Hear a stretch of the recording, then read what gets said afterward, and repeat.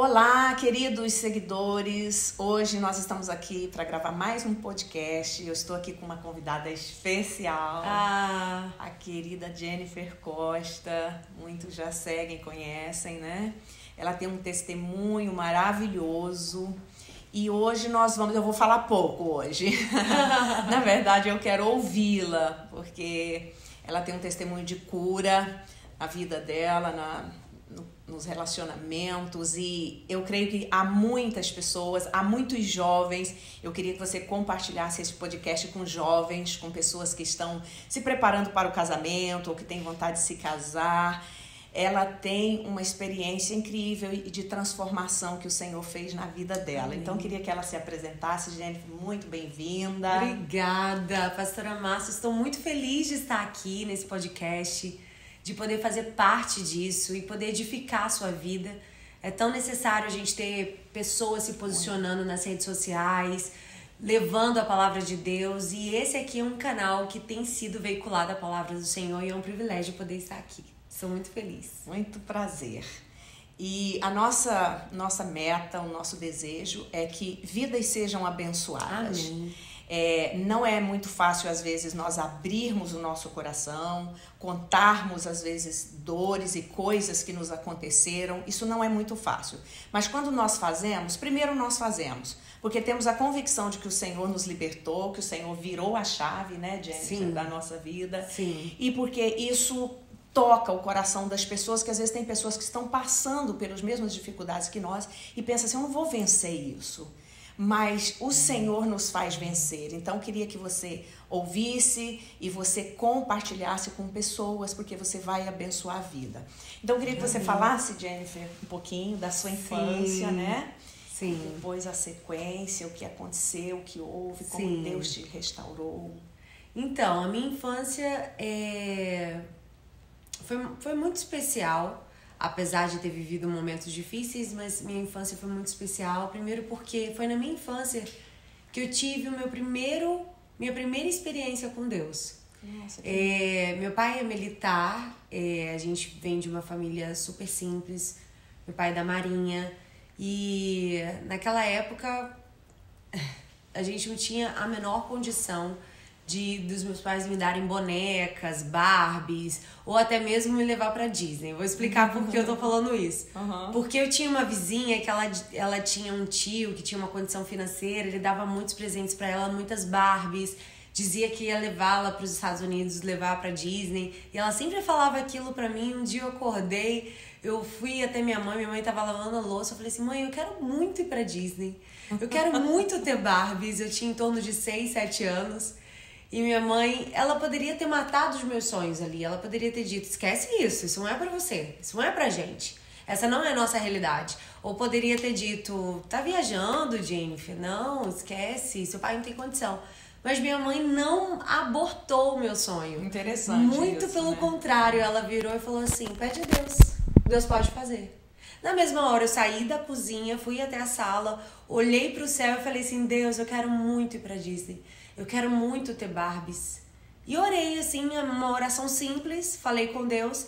3 meses depois, meu pai foi transferido para morar onde? Nos Estados Unidos. Moramos aonde? Na Flórida, em Pensacola, mais especificamente, não foi em Orlando, mas foi na Flórida, onde fica a Disney, o estado que fica a Disney. E eu tive todas as Barbies que você puder imaginar. Então, assim, foi uma experiência linda. Por quê? Geralmente, quando o militar ali é transferido, ele só vai ele. E essa viagem ele pôde levar a família toda. Então eu morei quase 2 anos nos Estados Unidos. Fui alfabetizada lá. Então foi uma experiência incrível. Porque minha mãe, ela não abortou meu sonho. Então eu vejo isso também como algo importante, né? Quando o seu filho ele tiver um sonho, a mãe ela tem esse papel. Ou ela vai realmente fazer o seu filho crer, orar por isso, ou ela pode também abortar o sonho do seu filho. Então, assim, minha mãe ela foi muito pontual nesse momento. E eu louvo a Deus por isso, porque se a gente pode viver essa experiência de morar fora, mesmo em uma situação tão improvável disso acontecer, moradora de Bangu, nunca imaginar, mas Deus fez porque minha mãe ela falou, vai orar. Deus pode fazer. Então, eu acho que isso é poderoso. Muito. Agora, o importante, olha, Deus pode fazer, né? Sim. Isso dá duas possibilidades também. Porque isso, o não abortar o sonho da criança, dar para ela a oportunidade de que Deus, ele pode tudo, né? Sim. Ele pode fazer. Com certeza, se Deus não fizesse, a mãe continuaria tendo para ela outra resposta, dizendo, olha, não foi a vontade de Deus. Sim. Explicando para ela, até porque uma criança de 7 anos, não dá para explicar muita coisa a respeito da fé e tal. Dá para explicar, mas esse ponto eu acho que ele é muito importante, né? E eu creio que talvez aquela resposta da mãe já foi um direcionamento do Espírito Santo. Porque Deus via um futuro que vocês não viam. Exato, não é, Jennifer? exato, com certeza. E já foi um direcionamento, né, do Senhor. Sim. E aí eu vivi essa experiência logo criança. Então foi uma experiência que eu tive com Deus que foi muito forte, assim, foi uma experiência linda. E a gente foi morar nos Estados Unidos. E a minha infância, ela também foi marcada por algo que eu conto no meu testemunho, que eu sofri um abuso sexual na minha infância. E isso gerou em mim traumas, que eu, na verdade, eu carreguei esse segredo até os meus 18 anos. Nunca falei isso pra ninguém. Aos meus 18 anos, pela primeira vez, que eu me vi diante de uma circunstância, uma situação, que aí eu consegui colocar pra fora o que eu tinha vivido na minha infância. Então, isso eu vivi lá pros meus 7, 8 anos de idade. Então, olha quanto tempo, quase 10 anos, né, que eu guardei esse segredo sem falar pros meus pais, sem falar nada pra ninguém. Então, eu sei que é uma dor tão séria, tão profunda, que isso gera realmente, você guarda em 7 chaves aquele segredo. Mas, quando eu coloquei pra fora, eu já estava começando a viver o início da minha cura, né? Mas não foi um processo de cura simples. Eu digo que existem traumas e situações que você vive, que o perdão que precisa ser liberado, inclusive ao seu abusador, isso é um destravar na vida de uma mulher. Exatamente. Tem mulheres que elas não conseguem mais ser felizes, não conseguem ser plenas no casamento, não conseguem viver a estação que elas estão vivendo do hoje, porque elas estão presas a algo do passado. Exatamente. Porque não conseguiram liberar o perdão. Então, o perdão é muito necessário, e eu vivi isso logo na minha infância. Porque quando isso aconteceu, o Senhor me fez olhar para a pessoa e o Senhor falou assim, olha para essa pessoa como se eu estivesse nela. Olha para ela com um olhar de misericórdia. Eu me lembro que eu chorando e eu consegui perdoar. Eu consegui liberar perdão. Desde a minha infância eu já consegui liberar perdão. Que lindo isso, né? E foi muito forte. Incrível. Sim. Sozinha. E eu sozinha. O Espírito Santo falou comigo. Olha para ele como se eu estivesse nele. Como se ele tivesse o Espírito Santo. Porque a Bíblia nos fala pra gente tratar o próximo como se fosse o próprio Deus. Exatamente. Tratar o próximo como se ele carregasse Jesus. Inclusive, quem nos feriu. Exato. Né? Esse é o verdadeiro evangelho. E eu me lembro que chorando, eu liberei perdão. E carreguei isso ao longo da minha vida. Quando chegou aos meus 18 anos, eu vi que eu ainda estava em processo de reabilitação. Por quê? Existem curas que vão ser imediatas, que você liberou o perdão e você já vai estar ótima, recuperada, porque foi um trauma que se recuperou rápido. Mas existem acidentes que você sofre, por exemplo, um acidente de trânsito, que você às vezes leva anos para conseguir reabilitar o movimento. Exatamente. E um trauma emocional é igual. Às vezes para você se reabilitar daquela dor sofrida, você vai levar um tempo. Não é porque você não perdoou, não é porque você carrega mágoa, não é porque você tem... Não, é porque foi um trauma que isso gera em você uma necessidade de reabilitação. E você precisa aprender a amar novamente, você precisa aprender a caminhar novamente, você precisa aprender a confiar nas pessoas novamente.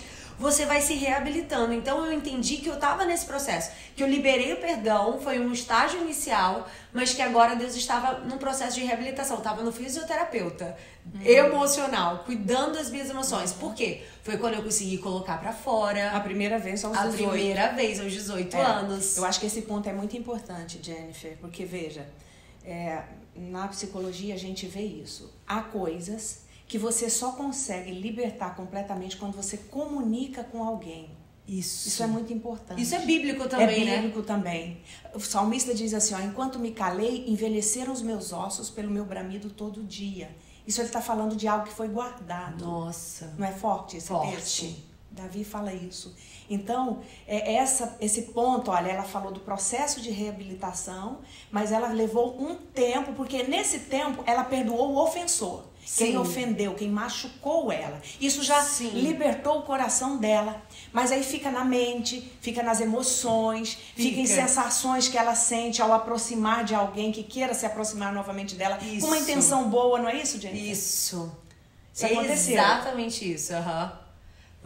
Você acaba tendo reações que você não teria se você não tivesse sofrido aquele dano. Exato. Que são inconscientes muitas vezes. São, exatamente. E até mesmo a questão, né, a gente tem dificuldade de se relacionar com pessoas. Esse é um ponto muito forte. É um ponto muito forte. Algo que ficou muito latente em mim. Eu fiquei um pouco revoltada quando eu entrei na minha adolescência. Porque era o período que eu ainda estava em silêncio, não tinha nunca contado. Quando eu cheguei aos meus 13 anos, me deu uma revolta. Certo. Então, é meio que uma raiva ainda. É uma reação. Embora eu tivesse perdoado. Mas você tem umas reações que são frutos daquele dano. Sim. Então, eu percebi isso também na minha adolescência. E foi onde eu tive a minha segunda experiência com Deus, que foi pontual pra minha vida, principalmente pro meu chamado, pro meu ministério. Por quê? Eu fui nascida e criada numa igreja extremamente rigorosa. Eu não usava... furei minha orelha com 18 anos de idade. Idem. Somos duas, então bate. Eu fui afastada de todos os cargos na igreja porque eu estava jogando bola e isso era pecado. Isso aconteceu comigo, Jennifer. Sim, aos 13 anos de idade. Morava em Natal, no Rio Grande do Norte. Se bem que eu sou mais velha do que você, bem mais. Sim. Mas eu era do interior do estado de Goiás. Então, eu fui proibida de fazer educação física no colégio por causa da igreja. Sim. O professor, por ver que eu era uma boa aluna, o meu boletim veio no final assim, olha, a aluna não participou das atividades físicas, de educação física, por incompatibilidade com a religião dela. Eles me passaram de ano com faltas na educação física. Eu fui criada nisso. Vocês não sabem o que é isso, porque isso gera trauma também. Gera muitos traumas. Fala. Mas eu acho que é uma forma de crescimento, assim, hard, né? Difícil, exato, mas que gerou pra mim um crescimento de muita maturidade. Foi porque eu tive que aprender muitas coisas no sentido de ter crescido num ambiente tão rigoroso. Graças a Deus, eu acho que não foi tão rigoroso pra mim, porque se meus pais fossem rigorosos, porque tem pais que é muito rigorosos... É o caso dos meus. Eu acho que eu sofreria mais. Com certeza. Mas como meu pai foi para os Estados Unidos e a gente morou 2 anos lá, e a gente ia para a Assembleia de Deus, as irmãs lá de calça jeans, com blush, com batonzinho, adorando ao Senhor, ele abriu os horizontes dele. Que benção. Graças a Deus. Então a gente sempre teve uma mentalidade aberta dentro de casa, mas a gente vivia dentro daquele contexto. Então dentro daquele contexto a gente... respeitava a visão da igreja. Eu nunca furei minha orelha, usava saia. O dia que eu fui jogar bola, o meu pastor passou na rua, me viu, me afastou das crianças, que eu cuidava das crianças. Olha o que é. Nossa, você não sabe o que é isso, isso é terrível. Exatamente, difícil. E aí eu sempre ouvi falar, de um Deus que era extremamente rigoroso, que se eu fizesse algo de errado, ele ia me punir, ele ia me corrigir. Então eu sempre vi Deus dessa maneira. E até mesmo porque, olha, vamos falar, gente, naquele tempo não tinha ainda Diante do Trono bombando, não tinha nem começado disso. Diante do Trono. Aquela época a gente ouvia muito era Cassiane, lembra? Né? Muita Cassiane, muita música pentecostal, era Lauriette. Sim. Então se a gente parar, eu amo essas canções, mas se você parar pra ver as canções daquela época, 500 graus de fogo puro, santo e poder... Então a gente só falava do poder, a gente só falava do agir de Deus, mas eu nunca tinha ouvido falar naquela época de um Deus que pega no colo. De amor. Que pega no colo. Verdade. Que abraça. Não tinha canção falando sobre isso naquela época. Não tinha. Era só o poder, batismo com o Espírito Santo, glória, fogo, era só isso. Então a nossa vida com Deus era baseada nisso. Então eu nunca tinha ouvido falar de um Deus que abraçava. Até que, eu tava vendo essa revolta que eu vivi, principalmente por causa da transferência do meu pai. Com meus 12 anos, meu pai foi transferido para Natal e eu odiei essa transferência.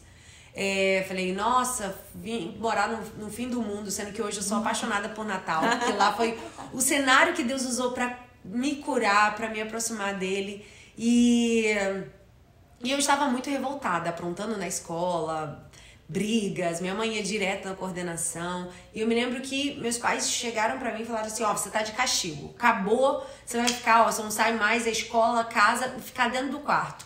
E eu me lembro que eu fiquei nesse castigo, né, dentro do quarto. E foi o lugar onde que Deus usou pra me encontrar. E eu me lembro que eu estava no quarto, tinha um complexo de inferioridade muito grande. Olha isso, que importante. Olha uma pessoa bonita, sim, linda, com complexo de inferioridade. Mas o diabo é sujo, né? Exatamente. E ainda mais nessa adolescência. Assim. Ainda mais na adolescência.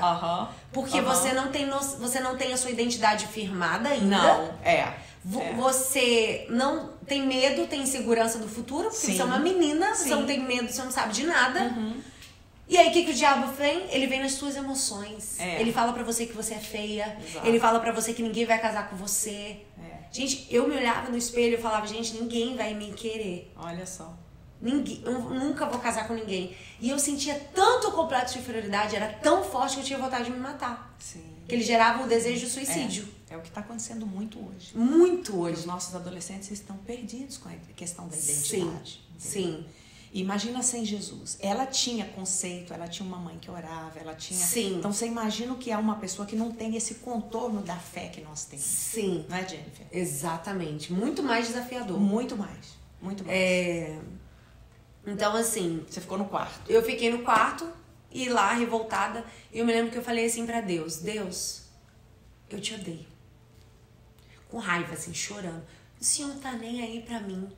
Eu te odeio, pode sumir da minha vida. O Senhor não faz diferença nenhuma na minha vida. Esqueceu da Disney, esqueceu das bonecas, esqueceu de tudo. É assim que o inimigo faz, tá? Ele faz a gente esquecer do milagre, da resposta. Preste atenção nisso. O povo judeu acontecer isso, Jennifer. No deserto, Deus fazia os maiores milagres. Daí eles esqueciam. Já queriam voltar para as cebolas do Egito, né? É sempre assim, é assim mesmo. Na hora da dor. Meu marido, ele usa uma frase que é verdade. Na hora da dor, toda a carne se trai. Se você não cuidar, o coração te engana. O coração te engana. Exatamente. Então, eu comecei a falar pra Deus que eu odiava. E aquilo é muito forte. E existe um versículo, uma palavra que diz que quando a gente tenta agredir a Deus, a gente agride a nossa própria alma. Exato. Então, quanto mais eu falava aquilo no intuito de querer agredi-lo, mais eu era agredida. Mais eu chorava, mais tristeza, mais angústia. E eu me lembro que eu tava sentada no cantinho do meu quarto e eu senti um abraço. Foi tão real que eu levantei minha cabeça e falei, minha mãe entrou. E eu tava assim, com os braços assim, e veio alguém aqui na minha frente e me abraçou. Nossa. Sendo que eu nunca tinha ouvido falar que Deus abraçava, sabe? Isso foi tão pontual na minha vida. E eu me lembro que eu levantei o rosto, olhei assim pra ver se era minha mãe que tinha entrado no quarto. E naquela hora o Espírito Santo falou assim, Jennifer, eu te amo da maneira que você é. Que lindo. Ame a minha palavra. Glória a Deus. Uau. E assim, toda vez que eu falo isso, foi um divisor de águas na minha vida. Eu me lembro que eu falei assim, sabe aquele amor que nos constrange? Foi o amor que eu senti naquele momento. E quando eu senti aquele amor, eu só conseguia chorar e dizer, Deus, eu não mereço, eu acabei de dizer que eu te odeio. E o Senhor tá dizendo que me ama do jeito que eu sou. Ele não tá dizendo assim, olha, pra eu te amar, você tem que melhorar nisso, nisso, nisso. Não, eu te amo do jeito que você é. Do jeito que você é. E esse amor me alcançou. Ele não falou assim, muda primeiro pra eu poder te amar. Não, ele já me ama. Gente, ali eu só conseguia chorar, eu falava assim, eu não mereço. E aquele amor ia entrando dentro de mim, eu chorava, eu sentia tanta presença de Deus. E o Senhor dizendo, eu te amo da maneira que você é, ame a minha palavra. E essa outra parte foi um divisor de águas na minha vida. Porque Deus, ele disse, eu te amo mas é a minha palavra que vai te limpar. Exatamente. Eu te amo, mas é a minha palavra que vai te levar pro destino que eu tenho pra você. Eu te amo, mas é a minha palavra que vai te solidificar, te fazer permanecer na caminhada. Ame a minha palavra. Eu te amo, mas guarda os meus mandamentos. A Bíblia diz que aquele que diz que ama o Senhor e não guarda, não ama. Não ama. Mas se a gente deseja amar ao Senhor, guarde os meus mandamentos. Então era como se fosse um convite do Senhor, dizendo, eu quero me relacionar com você. Eu te amo e eu quero que você me ame, eu mando a minha palavra. Então, ali eu comecei a chorar e no meu quarto eu recebi um dom. Eu tinha 13 anos nessa época. Eu era assim, eu tocava o terror, eu sempre tive um espírito de liderança muito grande. Então, se eu ia pra bagunça, eu pegava todos os jovens da igreja e levava. E quando eu tive esse encontro com Deus, Deus me usou pra fazer exatamente o contrário, pra levar todo mundo pra Deus. Que lindo. E foi uma coisa incrível, porque quando eu saí, e eu sempre digo isso, toda vez que você tem um encontro com Deus, você não vai sair de mãos vazias. Não vai. Não vai. Não vai mesmo. Deus, ele sempre vai te entregar algo. E Deus, ele me entregou um dom, que foi o dom de profecia, aos 13 anos de idade. E ali eu saí apaixonada por Deus, ele me pegou por dentro e não tinha mais volta. Eu queimei as pontes com o passado e não tinha mais volta. E ali eu me posicionei, eu me lembro que eu ia pra onde eu fosse, eu levava a Bíblia. Ia pra padaria, eu tava com a Bíblia na mão. Ia pra escola, eu tava com a Bíblia. No intervalo era a Bíblia. Eu me lembro o primeiro livro que eu comecei a ler, que foi Jó. Depois de Jó fui pra Isaías. Assim, gente, você entendia tudo, você lia? Não, mas eu tinha sede. Eu queria. Em cima da palavra que Deus te deu, Exato. um abraço. Olha, isso é muito importante de nós prestarmos atenção. Deus deu para ela uma direção. Ame a minha palavra, busque a minha palavra quando ele abraçou. Sim. Então, aquilo queimava a alma dela. Então, quando Deus te der um direcionamento, não saia dele por nada. Porque Exato. é aquilo que vai trazer a vitória, é aquilo que vai trazer a libertação. Não é Exato. Olha como isso consome você. Porque é Deus que determina, é o Espírito que incomoda para você fazer. Exato, exatamente. E ali eu comecei a me posicionar, amando a palavra de Deus. E ali, eu me lembro que primeira vez que eu saí do meu castigo, depois dessa experiência com Deus, eu fui para um ensaio dos jovens. E assim, o ensaio dos jovens era, eu tocava o terror, bagunçava, conversava, zoava, E eu me lembro que eu tava apaixonada pela Bíblia, pra onde eu ia, eu carregava a minha Bíblia. E aí, assim, de um jeito que eu não carregava antes. Sim. Eu me lembro que eu cheguei, coloquei a Bíblia aqui, todo mundo lá e tal, não sei o que. Aí ela colocou a música, que era pra gente ensaiar. Aí no ensaio eu fechei meus olhos, porque eu tava tão apaixonada por ele, que eu queria ele a todo momento. Eu me lembro que eu fechei os olhos e a música era aquela assim, ó. Junto a ti, Senhor, junto a ti, Senhor, junto a ti, em tua presença. Aí eu chorando. Ela canta também, tá, gente? Pra vocês que não conhecem, estão vendo a primeira vez, é uma benção. Depois ela vai fazer uma live só pra... E aí eu comecei a chorar, porque aquela música... E ali o Espírito Santo começou a me tomar. Eu me lembro que Deus começou a me usar em profecia naquele ensaio para os jovens. Que lindo! Aquele ensaio teve batismo com o Espírito Santo. Teve jovens que tiveram visões. Pessoas foram tomadas pelo Espírito Santo. A glória de Deus veio. Por quê? Eu acredito que para Deus incendiar um lugar basta uma brasa acesa. Basta. E eu vivi isso, literalmente. Eu tava tão acesa, eu tava tão sedenta, que naquele ambiente que tava todo mundo distraído, aquilo que eu vivi com Deus contagiou aquele lugar. Todo. Nossa, e eu me lembro que aquele ensaio quase não terminou. Foi uma glória. Foi uma glória. Foi algo assim sobrenatural que Deus fez. E o pessoal teve outros olhos pra você a partir dali. Sim, a partir dali eu mudei. A partir dali Deus me usava em profecia de um canto para outro dentro da igreja. Eu era muito usada por Deus e ali eu comecei a viver esse chamado, esse ministério profético na minha adolescência. A palavra e fui mergulhando, cuidando das crianças, envolvida. E uma das coisas que eu aprendi com esse ambiente rigoroso na qual eu fui criada e que eu aprendi que foi hoje, pra mim, eu acho que norteia o meu caminho e que foi fundamental, foi o fato de diante daquela situação que o pastor passou, me afastou de todos os cargos da igreja, eu entrei dentro de casa super chateada. Entrei e falei assim, nossa, eu não quero mais ir pra essa igreja. O pastor me afastou de todos os cargos. E meu pai, ele foi pontual na minha vida. Ele pegou e falou assim, a gente está debaixo dessa visão. A gente não vai sair. Então, se a gente está debaixo dessa visão, a gente vai respeitar a visão dessa igreja. A gente vai respeitar. Enquanto você estiver aqui, enquanto você for nossa filha, você tem que estar onde a gente está. Enquanto você é a nossa filha, você vai ter que abraçar, amar ele e respeitar ele, mesmo que você não concorde. Uau. E ali, eu me lembro que eu falei, eu fui obediente, eu falei, é pra amar. Eu me lembro que depois eu encontrei ele na igreja, era o pastor Vicente o nome dele.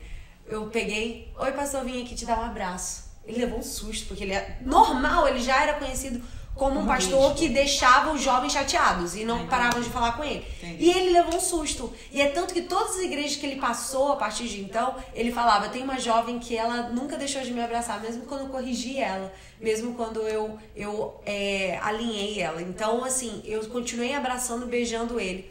E ali eu aprendi algo muito importante. A deslealdade, ela entra quando você não concorda com uma coisa. Exatamente. E outra Fizemos coisa, um podcast semana retrasada eu sobre vi isso. o tema sobre lealdade, esse tema tá falando tanto comigo. Lealdade, a deslealdade, ela entra quando você está diante de uma discordância. Então ali eu tinha uma oportunidade de aprender a ser desleal, ficar chateada, revoltada, ou aprender a ser... Eu não concordo com o fato dele ter me afastado, sim, porque eu tava jogando bola, eu era uma criança. Sim. Não concordo, mas eu respeito. Exato. É isso que a geração hoje não tá sabendo. Exato. Mas depois nós vamos fazer um podcast só pra falar sobre isso. Só sobre isso. Eu vou falar do Talibã e você vai... Sim, exatamente. Então, assim, são dois pontos. A discordância, que é um dos pontos que entra, né? E quando você é corrigido. Tem gente que não suporta ser corrigido. E aí é desleal. Aí você, fui corrigido aqui, então vou pra outra igreja. Aí quando você vai pra outra igreja, você é corrigido lá, você sai dessa igreja e vai pra outra igreja. É a mesma coisa no casamento. Não quero ser corrigido nesse casamento. Você sai desse casamento e entra em outro casamento. Não fui corrigido aqui. Pega e você coleciona vários casamentos porque você nunca consegue olhar pra dentro de você e ver que talvez é você que precisa ser corrigido. Exato. Então foram duas coisas que eu aprendi, que era necessário eu aprender aquilo, naquele momento era necessário, e que eu não tinha que estar debaixo da visão que eu tinha me proposto a estar. Exato. Então eu tinha que ser obediente àquela visão, mesmo que eu não concordasse. E na nossa caminhada, com marido e mulher não é assim? Exato. Com relacionamento de trabalho não é assim? Exatamente. Você tem que estar, mesmo que você não concorde com tudo. Então a gente não pode utilizar a discordância como um caminho para a deslealdade. Exato. Então foi uma das coisas que eu aprendi e que eu carrego hoje muito na minha vida. Então, que bênção. É isso. Então, e você é novinha, Jennifer. Olha, eu tô bem mais velha do que ela, mas a gente às vezes fica achando que tem que abrir demais a porta para que as pessoas venham, que tem que ser liberal demais para que as pessoas venham. E não é isso que faz o jovem estar na igreja. O que faz o jovem estar na igreja é, claro, o amor, o respeito, tudo isso. Sim. Mas a palavra, ela nos confronta em muitos pontos, né, Jennifer? Olha quantos conceitos que ela falou aqui agora, dentro do casamento. Ou seja, em suma, a autoridade espiritual é o que ela falou aqui. Ela aprendeu lá atrás, quando ela era só uma jovem, uma adolescente ainda. Isso. Que falta muito hoje. Porque não adianta, burlar um princípio que Deus colocou. Então a gente não vai se dar bem. Não vai, né? Não vai. É o princípio da honra também. Da honra né? também, exatamente. E esse pastor, ele foi pontual pro meu crescimento, pro meu amadurecimento. E assim, seguimos, né? Vim pro Rio de Janeiro. Quando eu vim de Natal pro Rio de Janeiro, eu vim com uma promessa. Eu tava numa loja lá em Natal, no Rio Grande do Norte, e veio um rapaz pra mim. Meus pais já tinham sido transferidos pro Rio de Janeiro, eu só tava terminando de passar minhas férias e ia vir pro Rio. E esse homem, nunca vi esse homem na minha vida, ele, acredito, nunca tinha me visto. Não era conhecido em Natal, então assim, era apenas uma jovem sedenta, apaixonada por Jesus, e ele me parou dentro dessa loja e falou assim: jovem, eu tenho um recado de Deus pra te entregar. E ele falou assim... Aí eu fiquei meio desconfiada, né? Profeta, a gente que já é profeta, eu fiquei meio assim. Aí eu falei assim: mas pode falar. Ele falou assim: olha, Deus manda te dizer que tem um anjo do seu lado, que tem guardado você aí. Aí eu pensei, um anjo tá ok, né? Falar que tem um anjo do meu lado tá ok. Aí ele pegou um termo chamado Rio de Janeiro. Eu estava vindo para o Rio de Janeiro. Estava vindo morar no Rio de Janeiro. Aí eu falei, não, Deus tá usando esse homem. Não tem como ele saber isso. Aí ele falou assim, quando você for para aquele lugar chamado Rio de Janeiro, eu vou te usar lá. Lá eu vou começar o teu ministério. De lá você vai para um canto e outro. E de lá eu vou te levar para as nações. E eu vim com essa promessa no meu coração. Sendo que quando a gente recebe a promessa, a gente pensa o quê? Que vai acontecer de forma imediata, né? A gente pensa, eu pensei, nossa, aqui vai ser o lugar que meu ministério vai começar. E eu sempre tive muita sede, muito desejo de viver o chamado de Deus para minha vida. E pensei, sendo que não. Quando cheguei aqui, fui moída mais um pouco. Fui muito trabalhada na vida sentimental, porque eu já cheguei aqui no Rio de Janeiro com 18 anos de idade. Entrei em relacionamentos que não eram de Deus, né, pra minha vida. E eu vejo assim, quando Deus ele tem um chamado na vida de alguém, o diabo ele também sabe disso. Sabe. E ele vai fazer de tudo pra tentar roubar aquilo que Deus ele tem pra derramar na sua vida. É incrível. E eu fui muito atacada na área da vida sentimental. No sentido de quê? De entrar em relacionamentos que não eram de Deus. Graças a Deus, eu cheguei a ficar noiva, mas Deus abriu meus olhos. Eu acho que foi muita oração da minha mãe. Eu não dei continuidade. E logo depois eu entrei em outro relacionamento que eu acabei, de fato, casando. Mas meus pais, eles me sinalizaram de todas as maneiras, que tentaram me sinalizar, me mostrar que ele não era a pessoa de Deus pra minha vida. E aí tá um outro ponto importante que eu aprendi, que a importância da gente ouvir os nossos pais. Muito. A gente não sabe tudo. Não sabe. Quando a gente é jovem, a gente acha que sabe tudo. Exatamente. A gente acha que sabe. A gente acha que vai dar conta do recado, mas a gente não dá conta. E quando os teus pais, eles sinalizam, acredite, hoje eu vejo, minha mãe e meu pai, eles me conhecem mais do que eu mesma, naquela época. Eles sabiam de fato quem era bom pra mim e quem não era. E eles olhavam pra aquela pessoa e eles falavam, não é pra gente, não vai dar certo. Não vai dar certo. E eu insisti. Eu me lembro que quando eu casei, minha mãe chorou muito. Nossa. Foi muito difícil pra ela. Ela foi pro casamento, tudo, mas antes disse que no dia que ela viu que a gente ia casar mesmo, ela chorou muito. Meu pai Imagina falou. A dor. Porque ela viu que não era de Deus pra minha vida, não era o que Deus tinha pra mim. Sim. Mas casei.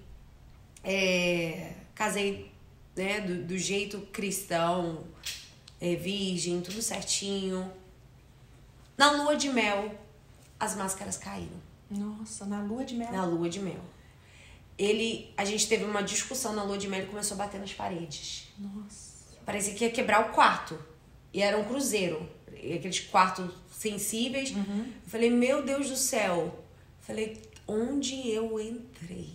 Aí abriu os olhos. Aí eu falei assim, nossa, porque eu nunca tinha visto meu pai assim. Sim. Nunca tinha visto alguém agressivo. Porque quando você não lida com alguém agressivo, você se assusta demais quando você vê alguém que é agressivo. Que é explosivo desse jeito. Então aí eu levei um susto. E aí eu comecei... Que idade você tinha? Tinha 25 anos. Novinha. E aí eu vi onde eu tinha entrado. Eu falei, meu Deus do céu. E aí depois foi dali, ladeira abaixo.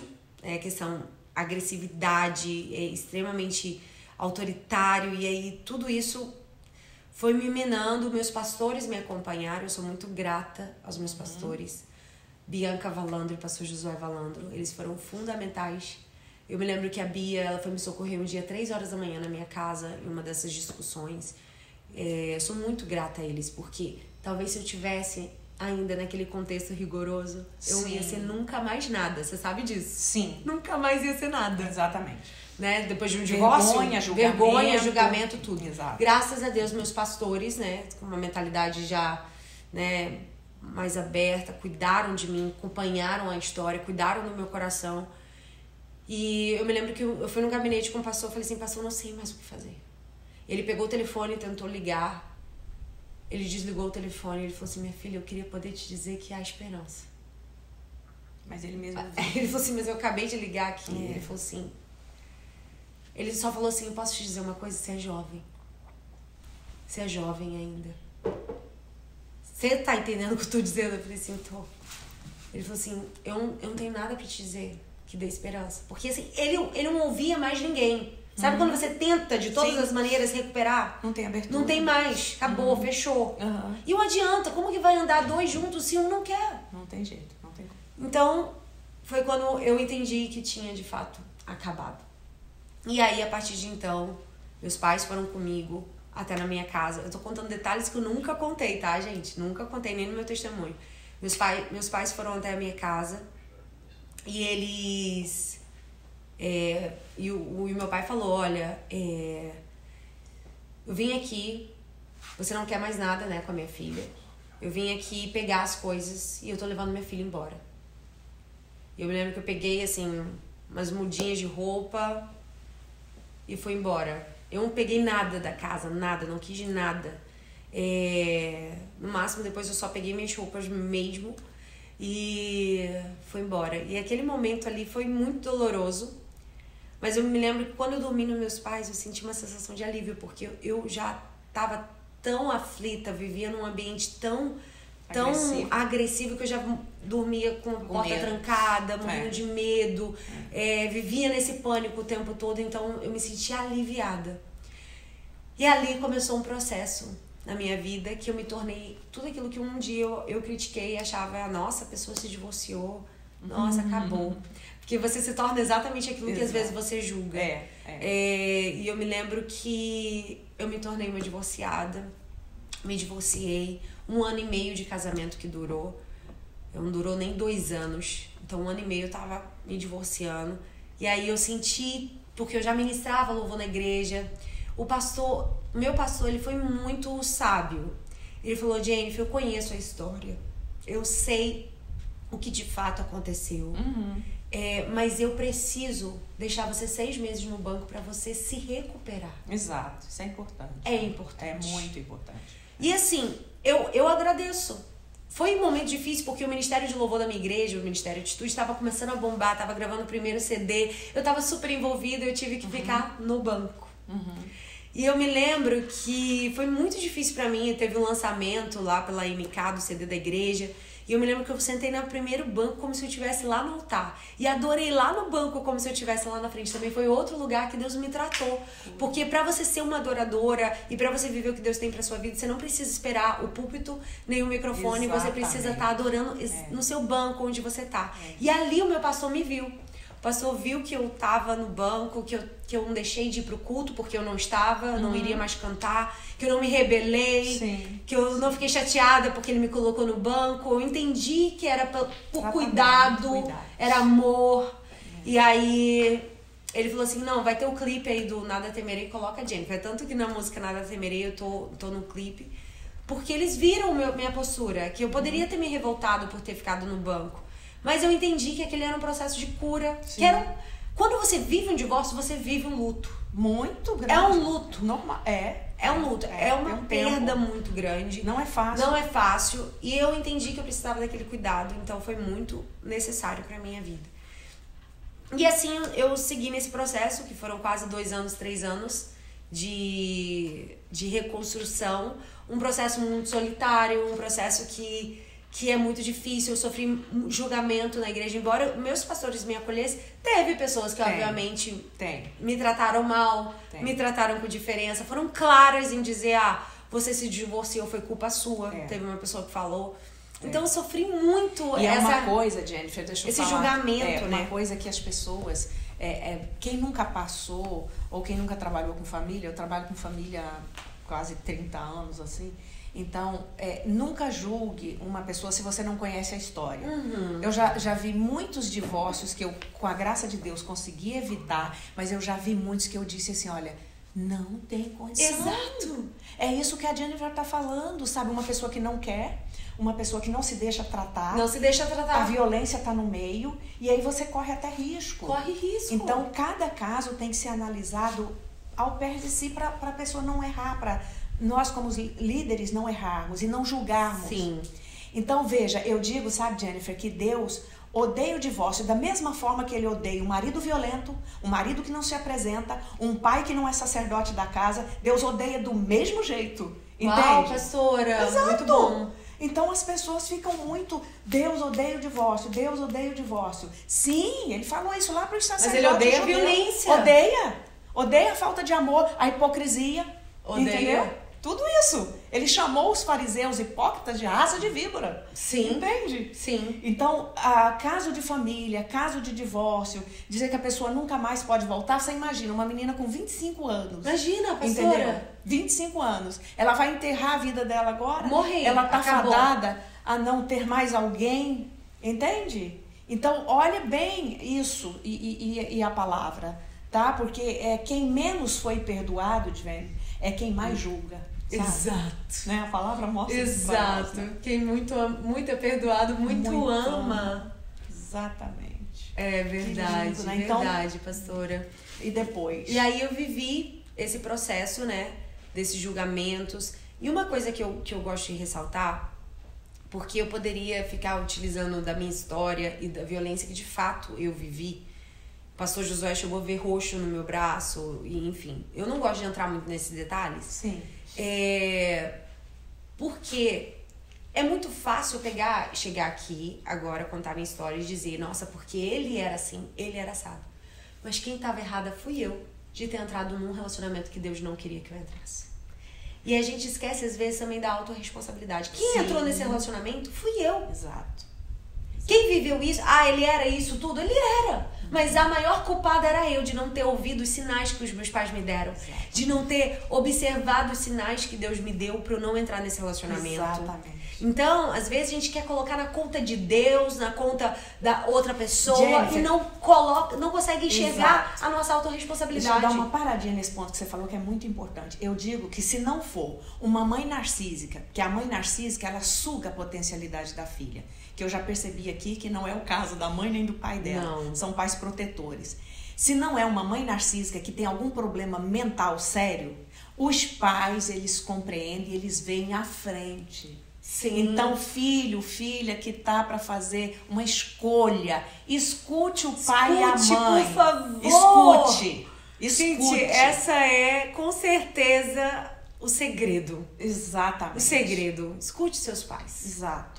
E esse reconhecimento, Jennifer, ele ajudou você também a alavancar daí pra frente, né? Porque quando nós reconhecemos o nosso erro, a gente começa a nossa cura. Uau, exatamente. As pessoas não veem isso muitas vezes, entendeu? Exatamente. É um princípio dos alcoólicos anônimos. Uhum. Todo alcoólatra chega e diz, não, eu não sou alcoólatra, eu bebo quando eu quero, eu posso parar. Mas eles fazem ele reconhecer que ele é dependente daquilo ali, porque é ali que começa o processo de cura. Uau! Né, exatamente. E Deus faz assim conosco. E foi exatamente assim que aconteceu comigo. Quando eu reconheci onde eu tinha errado, quando eu reconheci que o segredo da minha alegria estava em honrar os meus pais. Começou a libertação. Não, na minha história, a senhora vai entender, porque o meu marido hoje é o genro que minha mãe olhava e dizia, esse é o genro que eu queria ter. Olha que coisa. Olha isso. É incrível, né? Minha mãe, ela passava, porque o Elias, o meu marido hoje, ele morava na mesma rua que eu morava, lá em Bangu. Então a gente, nascemos vizinhos, então a gente se conhece desde criança. E minha mãe sempre viu o jeito que ele tratava os pais dele, viu sempre como ele foi um homem de Deus. Minha mãe sempre falava, nossa, esse é o marido que deveria ser da gente.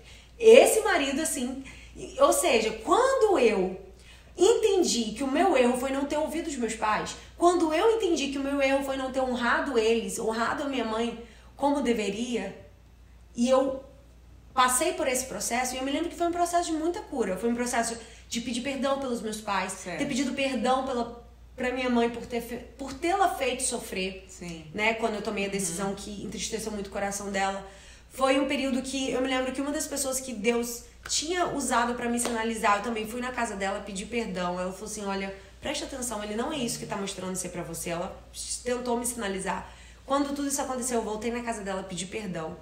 Falei, realmente, você tava certa.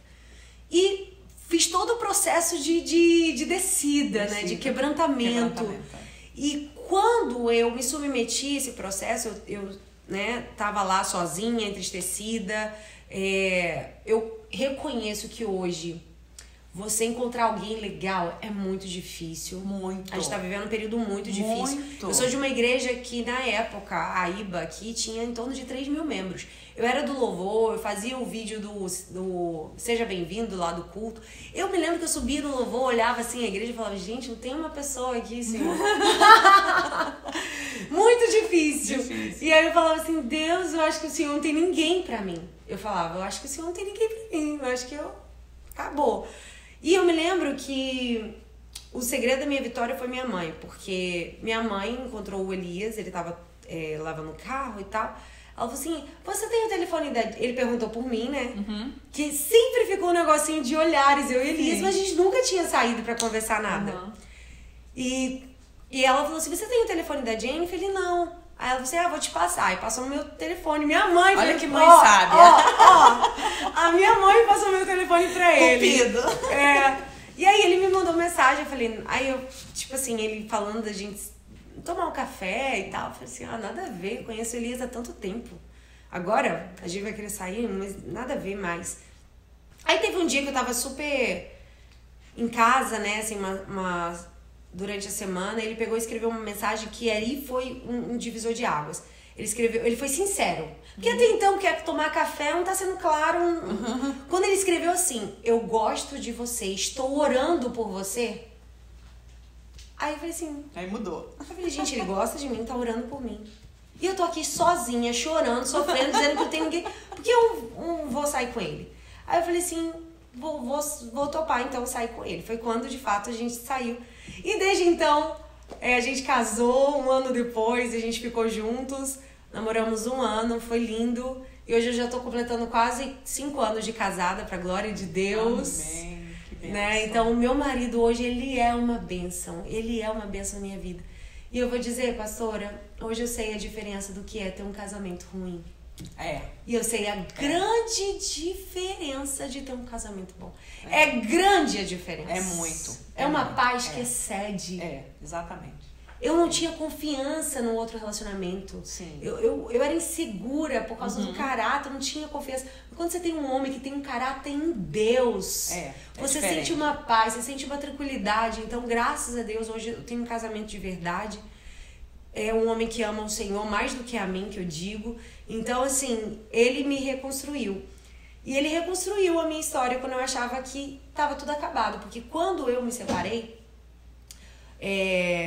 a pessoa com quem eu me casei pela primeira vez, ela virou pra mim e falou assim, acabou seu ministério. Olha só. A partir de hoje você é uma divorciada. Você não canta mais, você não prega mais, seu ministério acabou. Que coisa. E eu me lembro que eu chorava na sala. Ele, acabou. Você vai ser uma divorciada. Gente. E olha, hoje eu carreguei aquela promessa de Natal. Nunca imaginei que essa promessa aconteceria depois da minha história de reconstrução na vida sentimental. Não poderia ser antes, né, Jennifer? Não poderia ser antes. Não Verdade. Então Deus faz tudo perfeito. Depois que eu vivi a minha reconstrução, veio Geração Reborn, que é um movimento de mulheres que se reconstroem em Deus, que Deus me deu durante a pandemia. Eu fiz um culto, nesse culto pela primeira vez eu contei meu testemunho. Antes conversei com os meus pastores, falei, olha, Deus tá falando que é a hora de eu contar meu testemunho.